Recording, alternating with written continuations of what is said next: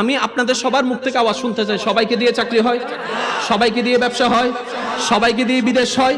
এখন আল্লাহ আপনার তকদিরে লিখে রেখেছেন ব্যবসায় আপনার উন্নতি হবে, কিন্তু আপনি মনের মধ্যে বসায় রাখছেন আমি চাকরি করব। এখন দোয়া করেন আল্লাহ চাকরি দাও, চাকরি দাও, চাকরি দাও, চাকরি দাও।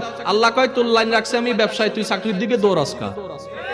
এখন বেজালটা কে লাগাইছে? আমরা বেজালটা কে লাগাইছে?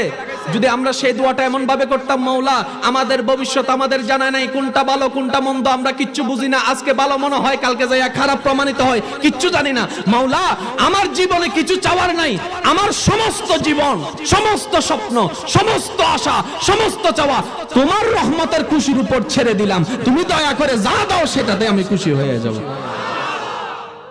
তাইলে কি আর কোনো নির্দিষ্ট চাওয়া থাকতো? কথা বলেন না কেন?